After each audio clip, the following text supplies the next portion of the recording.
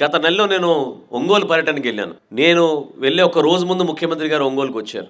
So పేపర్లో చదువుతున్నాను అసలు ఏంటి విషయం, ఈ కార్యక్రమం దేనికోసం అంటే మహిళలకి ఆసరా పథకం కింద అద్భుతంగా వాళ్ళకి 8,000 కోట్ల రూపాయలు 6,000 కోట్ల రూపాయలు ఆయన చూశారు కదా మీరు ఎట్లా ఇస్తాడో, ఆయన ఒక బటన్ నొక్కి చప్పట్లు కొట్టేసుకుని వెళ్ళిపోయిన డబ్బులు వాళ్ళ అకౌంట్లోకి అని చెప్తానే ఉంటారు.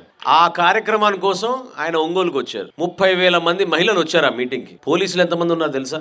లెక్క తీస్తే నేనే ఆశ్చర్యపోయాను.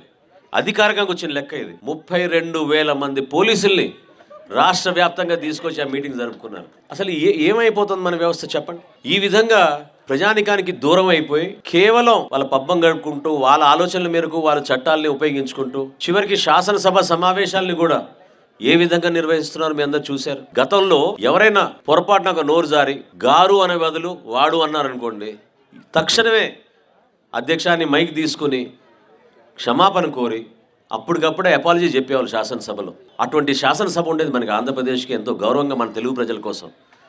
ఈరోజు ఏమైపోయింది చెప్పండి? ఏ విధంగా వ్యక్తిగత దూషణలకు గురవుతున్నారు? రాష్ట్ర ప్రజల కోసం, మన ప్రాంత అభివృద్ధి కోసం ఏం మాట్లాడారు చెప్పండి?